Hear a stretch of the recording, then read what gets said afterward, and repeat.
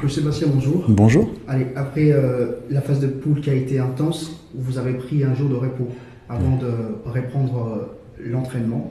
Ça vous a fait du bien? Ça fait du bien à l'équipe? Oui, bah, c'était nécessaire. Hein. Ça faisait déjà près de 15 jours hein, pour certains qu'ils étaient en stage. Donc ça fait toujours du bien de pouvoir un peu décompresser, pas mettre les chaussures de foot. Donc de recharger les batteries. Ça a coïncidé aussi avec la veillée jour de l'an, même si tout le monde est resté à l'hôtel.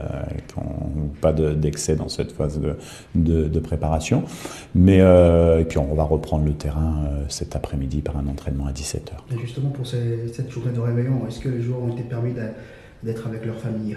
On a permis à ce que les familles passent les voir entre 20h et minuit à l'hôtel pour échanger, oui.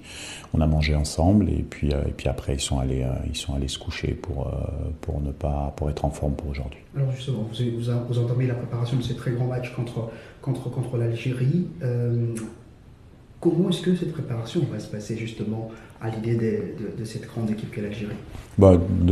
Classiquement, hein, on va préparer le match comme on a toujours préparé les matchs le plus sérieusement possible, en mettant en place des choses pour être performant sur le match du 6 janvier. On veut en tout cas jouer notre chance à fond parce qu'on pense qu'on a les capacités pour passer ce tour.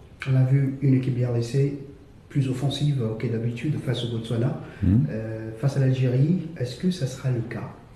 Les rapports de force, bien sûr, qu'on voudra aller marquer des buts, c'est une évidence. Après, les rapports de force, on verra comment ils vont s'installer dès le début de la rencontre. L'Algérie est une très bonne équipe avec beaucoup de qualités offensives et défensives. Donc, on va mettre en place quelque chose et puis on verra ce qui se passe. Mais en tout cas, ce qui sera important, c'est de tout donner sur le terrain comme on a toujours tout donné. Et les joueurs sont extrêmement motivés et attendent ce match. La RDC, justement, dans un tableau un tout petit peu compliqué. Après l'Algérie, il y aura le Nigeria peut-être, ou encore le Maroc en demi-finale. Est-ce que ces tableaux vous motivent un peu plus pour aller justement chercher cette Coupe d'Afrique des Nations, vous qui avez été en demi-finale lors de la dernière édition? Oui, bien sûr, c'est très excitant. Et puis après une CAN, quand vous gagnez une CAN, il faut passer par ce genre de match, de grands matchs. Donc on en a déjà un contre l'Algérie, comme on a eu contre l'Égypte à la dernière CAN. À nous de savoir bien le manœuvrer et puis de passer sur le prochain tour. Et puis effectivement, on aura une autre équipe, mais après, le Nigeria devra battre le Mozambique aussi. On doit se focaliser étape par étape. Nous, ce qui est important, c'est de se qualifier contre l'Algérie. Arthur Masuaku, c'est quoi son évolution actuellement? Est-ce qu'il va répondre à l'entraînement déjà? Oui, il a déjà repris l'entraînement en gym. Il travaille en gym. Il va être sur le terrain en forme individuelle aujourd'hui. Et puis petit à petit, il va rentrer dans le groupe. Je pense samedi.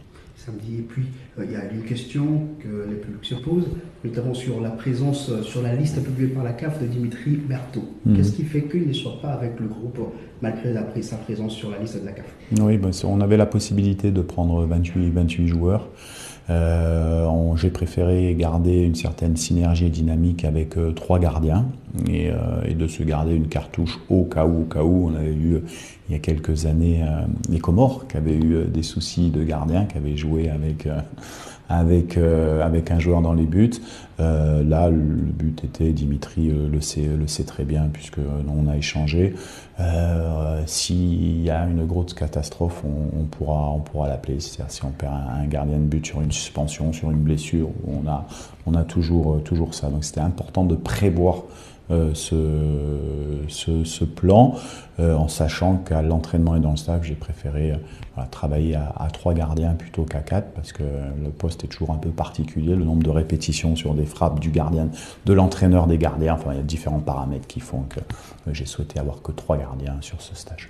La RDC a une grande communauté de supporters ici, il y a une délégation venue de Kinshasa, de l'Europe et aussi la communauté vivant ici au Maroc, mais il y a un grand soutien du Maroc pour ce match contre l'Algérie. Partout où on passe, ils veulent que la RDC élimine l'Algérie.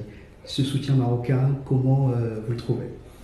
Nous, on est focus sur le match, on est focus sur nos fans à nous, c'est ça qui nous importe le plus. Après, plus il y a de gens qui nous supportent, plus on est content.